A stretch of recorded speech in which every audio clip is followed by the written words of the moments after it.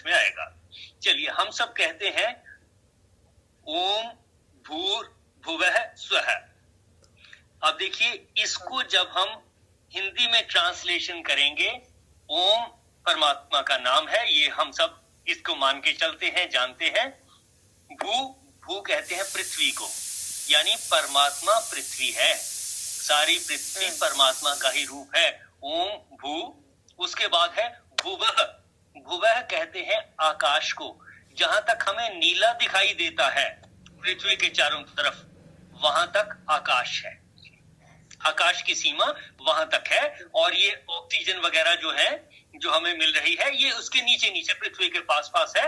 जहां नीला है उसके बाद कोई ऑक्सीजन नहीं, वो खाली है।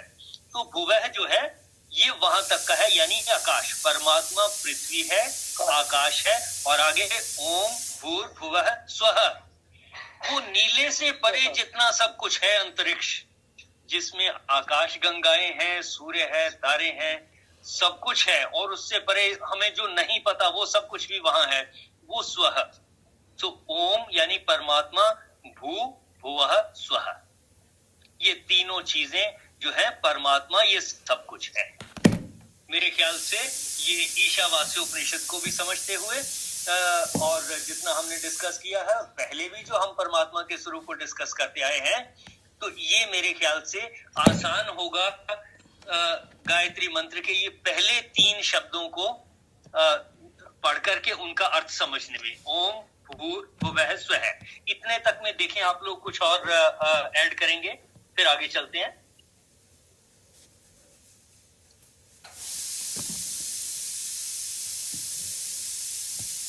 हाँ जी, गायत्री मंत्र का कोई और था अर्थ, किसी तरीके से आप लोगों ने कहीं पढ़ा हो, सुना हो?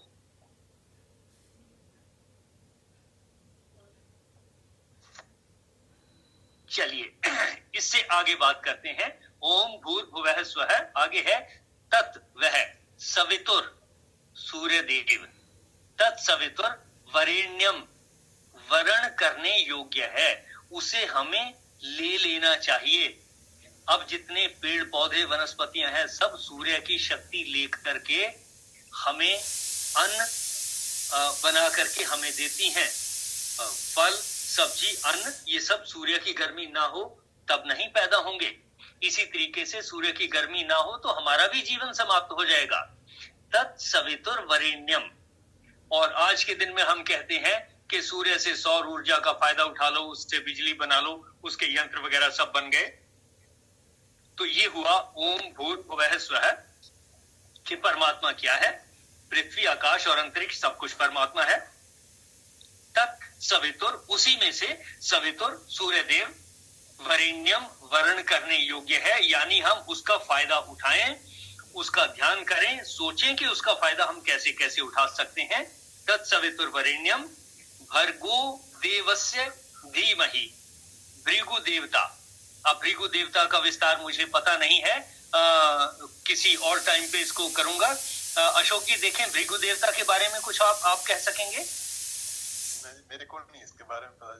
कोई बात नहीं, कोई और मेंबर भृगु देवता के बारे में कुछ कह सकते हैं अभी? भृगु तो ऋषि रहे हैं। ऑल राइट, भृगु ऋषि कह लें, ऑल राइट। भर्गु ऋषि ने भगवान विष्णु की छाती पर लात मारी थी, भृगु ऋषि ने परीक्षा ली थी। भर्गो देवस्य धीमहि, धीमहि यानी हम अपनी बुद्धि में धारण करते हैं उसको, उस देवता को या ऋषि को हम बुद्धि में, अपनी बुद्धि में धारण करते हैं। इसका रिलेशन भी परमात्मा और सूर्य से ही है, शक्ति से ही है। तत्सवितुर वरेण्यम भर्गो देवस्य धीमहि धियो यो नः प्रचोदयात्, यानी ये जो परमात्मा का हमने जिक्र किया, ये वो है जो हमारी बुद्धियों को प्रकाशित करता है या प्रकाशित करे।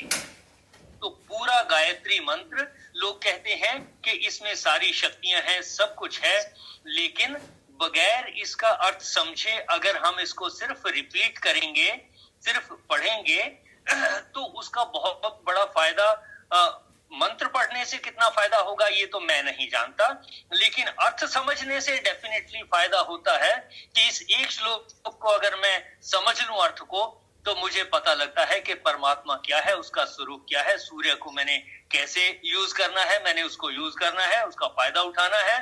और ये सारी शक्ति वो शक्ति है जो हमारी बुद्धियों को प्रकाशित करती है या प्रकाशित करे। देखें जरा गायत्री मंत्र के बारे में आप लोग और क्या कुछ कहेंगे?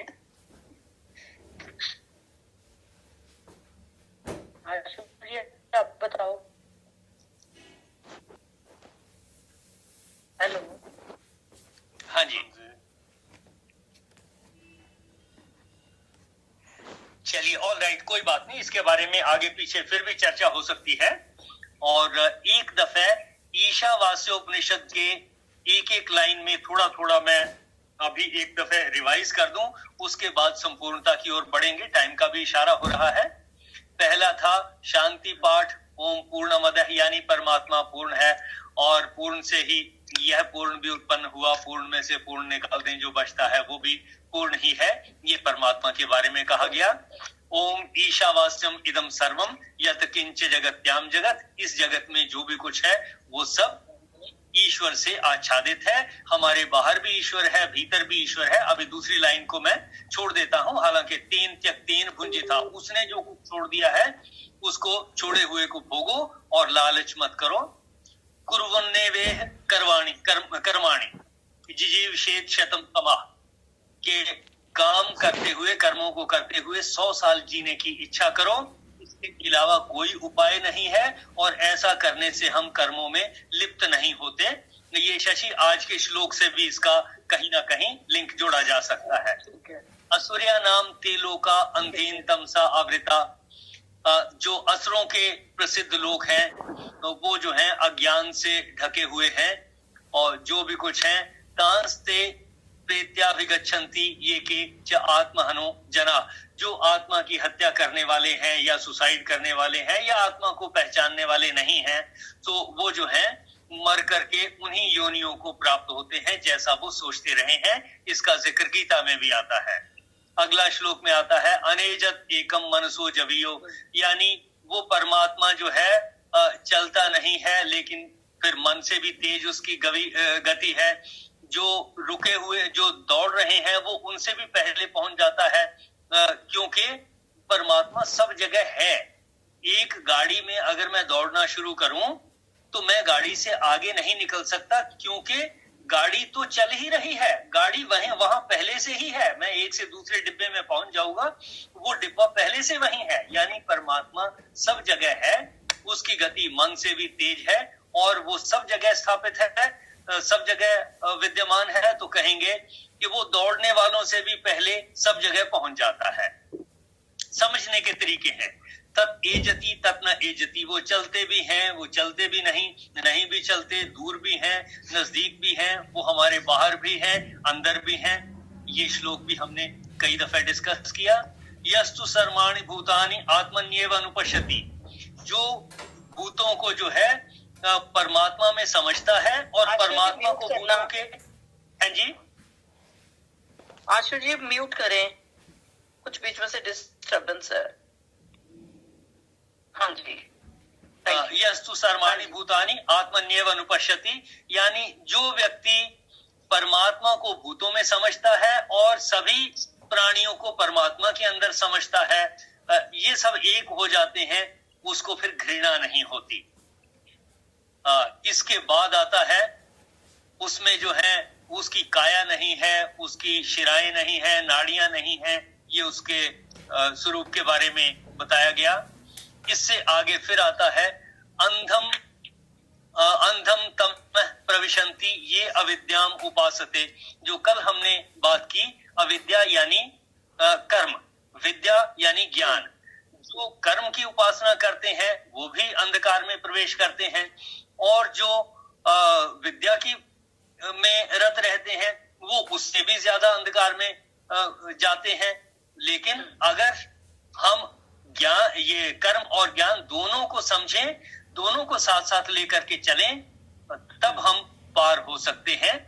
तो ये यहाँ तक की जो जितनी हमने चीजें डिस्कस की, इसके बाद अगले श्लोकों में जिसकी चर्चा कल की जाएगी उनमें कहीं आता है कि भाई जो हमें दिखाई देते हैं देवता हैं और बाकी जो प्राणी स्वरूप दिखाई देते हैं, जो उनमें रत हैं वो भी पार नहीं लगते, और जो निराकार परमात्मा को सिर्फ पूजते हैं वो भी पार नहीं लगते, वो भी अंधकार में है।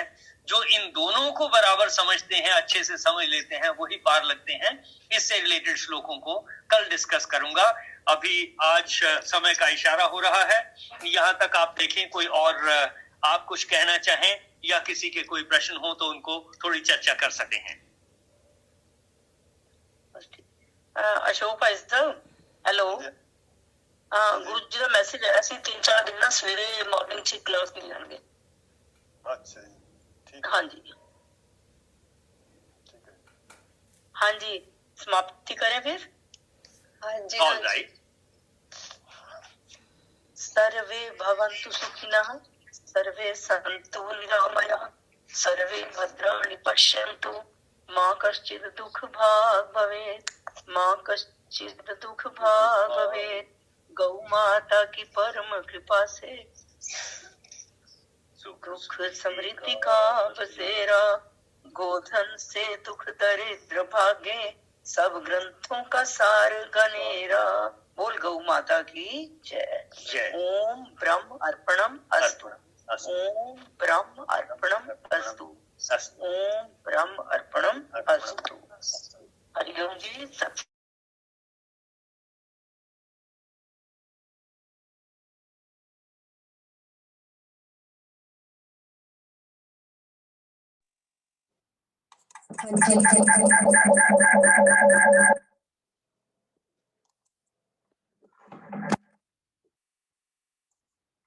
हाँ जी, कैसा रहा आज का सेशन? क्या सीखने को मिला हमें?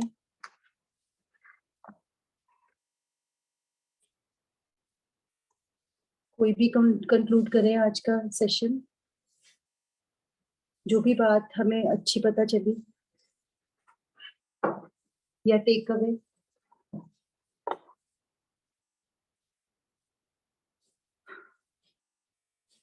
अंजू जी।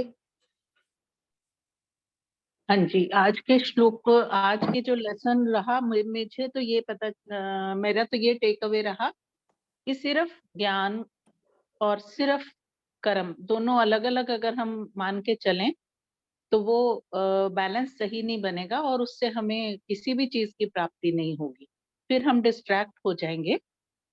तो कर्म और ज्ञान दोनों का बैलेंस बना करके आगे बढ़ेंगे तो हम अपने लक्ष्य को प्राप्त कर सकते हैं, जो कि भगवान से मिलना है। बिल्कुल ठीक। कोई और कहना चाहे? और दूसरी बात तो ये है ही कि ईशावास्यम इदम सर्वम, के हर जगह भगवान है, अंदर भी भगवान, बाहर भी भगवान। हमारा तो एक आवरण है जो एक शरीर के उसमें हमने पहना हुआ है, वरना अंदर भी भगवान है, बाहर भी भगवान है। अगर ये बात हमें समझ में आ गई तो इसका मतलब हमने वाकई में गीता पढ़ ली, हमें वाकई में भगवान जो कहना चाहते हैं वो समझ आ गए। ये एक बात और भी बड़ी अच्छी लगी कि जो उन्होंने बोला कि ज्ञान की अग्नि से कर्म भस्म हो जाते हैं। फिर आदर्श जी ने बोला कि नहीं, परमात्मा की याद से कर्म भस्म हो जाते हैं। तो परमात्मा की याद का जो उन्होंने एक्सप्लेन किया कि परमात्मा की याद का मतलब ये नहीं है कि अगर हम सोचेंगे कि हम राम राम करते रहेंगे या कुछ भी, तो उससे कि हमेशा कर्म करते हुए अगर हम परमात्मा को याद रखेंगे कि जो भी हम काम कर रहे हैं वो देख रहा है हमें। जैसे अशोक जी ने कहा था कि वो सीसीटीवी कैमरा अगर सोच के चलें कि वो लगा ही हुआ है हर एक जगह, तो वो परमात्मा की याद है कि तब हमारे कर्म भस्म होंगे, कि फिर हम क्योंकि फिर हमसे गलत कर्म नहीं होंगे। अगर हम हमेशा ये ध्यान में रख के करेंगे कि हम परमात्मा के लिए कर रहे हैं या परमात्मा हमको देख रहा है, ऐसा भी अगर मतलब हम लोग हैं तो लातों के भूत ना, बातों से मानते नहीं, तो वो डर एक रहना चाहिए दिमाग में कि वो देख रहा है भैया, कुछ गलत नहीं करना है। और एक सूद साहब की एक हर उसमें लेक्चर में एक वो हमेशा याद दिलाते हैं हमको कि कोई भी काम करो ये देख के करो कि हमारे लिए अच्छा है, भले का है, परिवार के लिए भले का है, समाज के लिए भले का है, एनवायरमेंट के लिए भले का काम है वो, तब वो काम को करो, नहीं तो रुक जाओ वहीं करने से पहले। जो राणा जी कहते हैं एक बारी विंडो ऑफ अपॉर्चुनिटी, उसको सोच लो फिर करो, आगे बढ़ो। ये भी एक 4 चीजें दिमाग में हमेशा बैठे रहे। एक ये बैठा रहे कि भगवान देख रहे हैं, और दूसरा कि हमने सिर्फ गीता पढ़ते नहीं जाना, हमने उसको अपनी जीवन में उतारना है, तब उसका फायदा है। खाली वही राम राम रटने से कुछ नहीं होना, उसको फील करने का फायदा है, नहीं तो नहीं कुछ फायदा। हाँ, मतलब पहले तो अभी तक तो उसे रामायण को या किसी को भी सिर्फ पढ़ने के लिए पढ़ रहे बिल्कुल, थे। हाँ उसका भी बिल्कुल, फायदा, चलो उसका एक भक्ति योग होता है, हाँ अलग इस महत्व तरफ होता लग होगा। गए, वही कहने की बात है कि ये हाँ, फर्स्ट स्टेप हो गया, चलो इस तरफ इंटरेस्ट आना शुरू हो गया। उसका हम्म, यही एक फायदा रहा कि इंटरेस्ट आना शुरू हो गया, अब हाँ, बातें समझने लगे हैं, अभी समझ रहे हैं। फिर हम जब हमारे कर्मों में ये बातें आ जाएंगी, तब जैसे है ना 8 बार गीता पढ़नी है, हाँ, अभी हमारी एक बार तो देखा जाए हो गई, hmm, this is for the second time that we are reading और अंडरस्टैंडिंग।